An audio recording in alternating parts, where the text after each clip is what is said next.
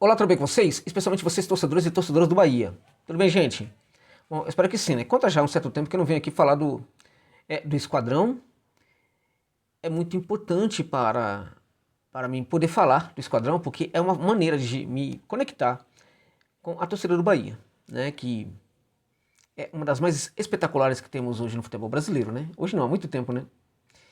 Em virtude de como a equipe apoia o seu time, de como a equipe gosta de futebol, de como a equipe é sensacional em vários aspectos, e também é uma torcida do estado da Bahia, né? O futebol na Bahia é diferente, né? Tem algo de diferente aí, né? O futebol como um esporte que expressa a alegria, vamos combinar que parece que em alguns lugares parece que é mais alegre, né? E acho que um desses lugares é a Bahia. O Esquadrão vem montando um elenco sensacional, né? Fantástico. A partir do momento em que virou SAF, um elenco de fato que pode possibilitar o Bahia ter muitas conquistas importantes, né? Até mesmo uma conquista gigantesca, né? De um desses grandes campeonatos, seja uma Copa Sul-Americana, uma Copa Libertadores, um Campeonato Brasileiro, uma Copa do Brasil, em algum momento, né? Pode não ser agora, pode não ser nessa temporada, mas pode ser, por exemplo, na próxima temporada, daqui a 2 temporadas. Mas é um elenco que vai preparando, configurando o esquadrão para uma conquista dessa, né? Então, é uma satisfação muito grande a gente se dar conta de que uma equipe do Nordeste começa a se projetar para ser um conquistador no futebol brasileiro e também sul-americano. Se vai conquistar ou não, outra história. Mas precisamos combinar que há uma preparação sim do esquadrão para ser um grande conquistador no contexto do futebol brasileiro e sul-americano, né? Bom, este é um ponto importante aqui que a gente deve tratar, né? Sobre o tamanho, né, desse elenco, a qualidade desse elenco e as possibilidades que esse elenco oferece hoje para o Bahia. O torcedor do esquadrão já percebeu também que não basta ter somente um grande elenco para que a equipe possa, na prática, né, assegurar tudo isso que eu estou falando aqui, né, as possíveis grandes conquistas, né. Então é sempre muito importante algo mais, porque no futebol não basta apenas você ter um grande elenco, né. Na história do futebol brasileiro já tivemos equipes com grandes elencos em vários momentos, e isso não redundou necessariamente em grandes conquistas, né. Bem, então o que eu quero fazer com vocês aqui é uma reflexão sobre as chances, né, deste time atual do Bahia em relação a esta temporada e principalmente ao Campeonato Brasileiro, né?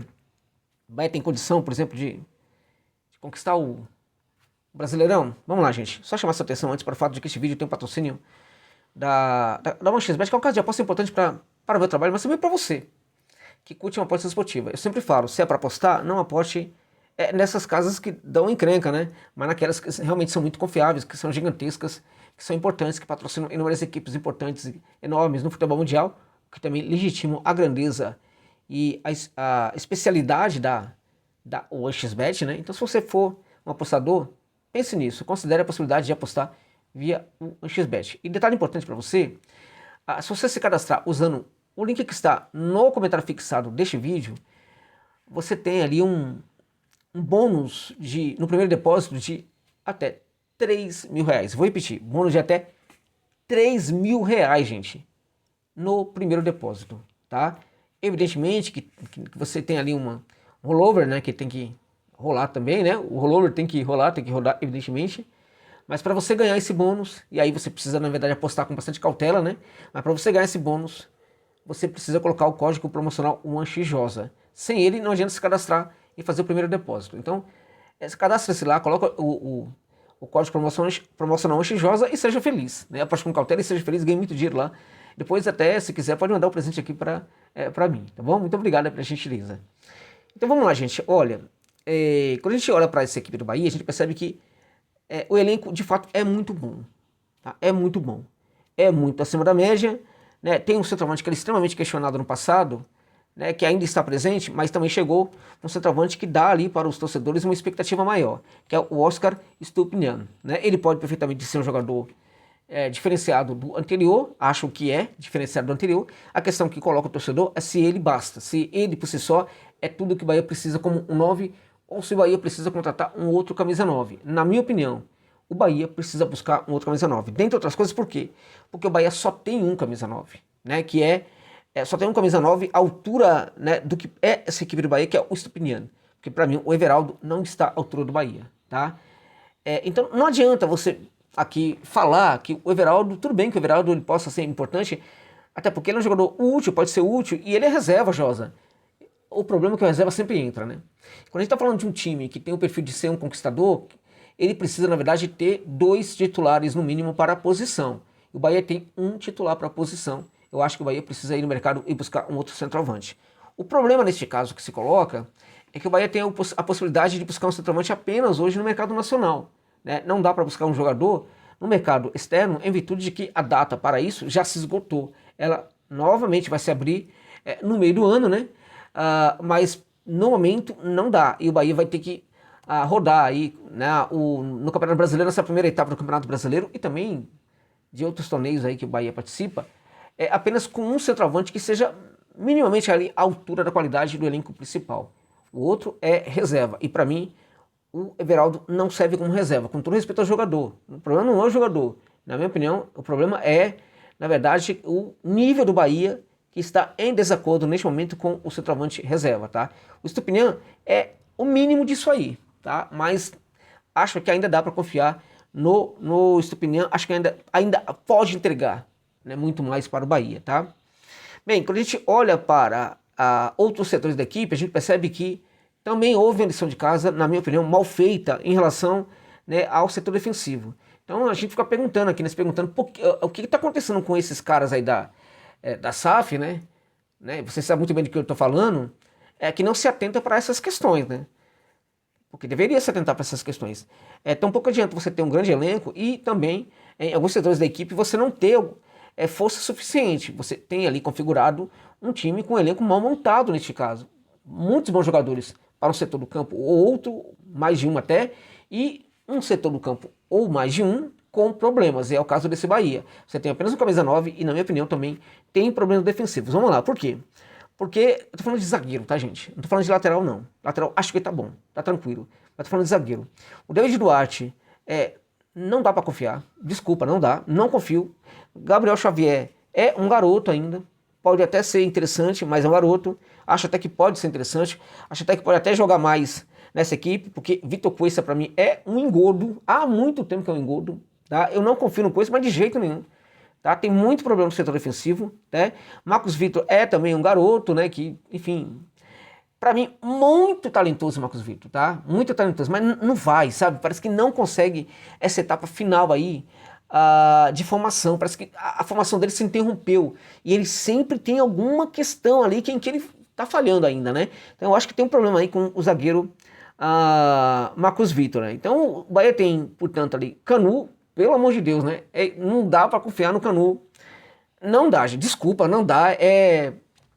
O capitão, né? Capitão do time.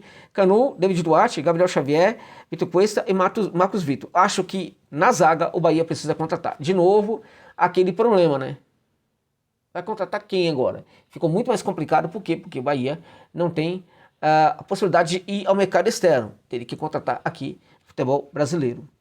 Como eu falei, as laterais tá tranquilo. Pra mim tá bem satisfatório. Olha, o garoto Rian, acho que tem 20 anos ou 21 anos, garoto da base do Bahia, vamos olhar com carinho pra esse jogador aí, tá? Vamos olhar com carinho. Quando ele tiver oportunidade, não vamos torcer o nariz não, porque o menino, ele pode surpreender a muitos de vocês, tá? O Rian Carlos, tá bom, gente? Bom, e aí, vamos lá, vai ter muito lateral direito, inclusive, né? Acho muito lateral direito. O meio de campo, que é o setor, que o Ceni andou reclamando, falando que não tinha opção de troca, por Deus, né? E aí pra mim foi difícil de ouvir aquilo do Rogério Ceni, né? Que precisa tomar muito cuidado com o discurso dele, nos pós-jogos, né? Sobre o seu elenco, sobre o que ele fala do elenco. Ainda que não seja críticas diretas, acaba sendo muitas vezes críticas indiretas ao elenco. O elenco tende a se voltar contra o técnico em virtude disso. Este é um problema que o Rogério Ceni já comete há muito tempo, não mostra sinais de evolução, né? Então tem tudo isso daí. Mas a gente tem ali o Rezende, que pode, olha a gente, falando aí, por exemplo, em zagueiro, o Bahia pode, por exemplo, recuar o Rezende, né? Pode recuar o Rezende ali para dar conta da zaga, já que tem problemas ali naquele setor, na minha opinião. Acho até que é uma opção interessante para o Ceni poder utilizar esse jogador na zaga, né? Mas o Bahia tem o Caio, Cito Alexandre, né? Tem o Acevedo, tem o próprio Rezende, né? Tem o Jean Lucas. Acho até que o Rezende pode ser incorporado, porque o Rezende é um jogador útil, tá? Para mim é um jogador que é dentro daquilo que se espera dele, ele entrega no mínimo aquilo que se espera dele. Então tá ok o Rezendão, tá bom, gente? Como já tem muita gente no setor de meio de campo, acho que ele pode ser colocado ali na zaga, né? Meio de campo tem também o Jean Lucas, tem o Carlos de Pena, né? Contratação recente do Inter, acho que é um jogador extremamente útil e interessante, tá? O Tassiano, né, que para mim é um talento, né? O Iago Felipe, Cauli, Everton Ribeiro. Poxa, gente, é um meio de campo muito bom, né? Um dos melhores do futebol brasileiro, sem dúvida nenhuma, né? É um meio de campo com capacidade para mudar jogo, gente, para levar uma equipe à vitória. Agora, ele precisa, na verdade, trabalhar muito bem. E esse meio de campo vai precisar de um esquema tático que aproveite as melhores, né? Os melhores talentos dos jogadores que estão ali presentes. Tanto o Caio Alexandre, como também o Tassiano, o próprio Depena, que é um jogador que pode ser muito importante, pelo menos entrando no segundo tempo das partidas, o Jean Lucas, né, o grande Cauli e o Everton Ribeiro também. Então esses jogadores aí para mim constitui a força máxima do Bahia. Aí você tem ali o Ratão, que sempre é um jogador que sempre vai entregar um mínimo pelo menos, o Ratão, né, tem o Biel, né, que para mim é um dos melhores, né, tem o Ademir, que pode ser útil. O Ademir precisa só melhorar essa questão do passe final, decisão final, que envolve passe, envolve também finalização, mas também pode ser um jogador interessante. Enfim, para mim o Bahia tem um time muito bom. Agora, o comando técnico do Bahia, na minha opinião, tá pecando muito, né? Tá pecando. Eu acho assim, quando o Bahia não ganha o campeonato estadual, né, tem um problema nessa equipe. Se a gente olhar para essa equipe, você pode argumentar que falta jogador. Muita gente fala, precisa de um lateral esquerdo. Eu discordo que precisa de um lateral esquerdo. Acho que tá tranquilo em relação a isso, tá?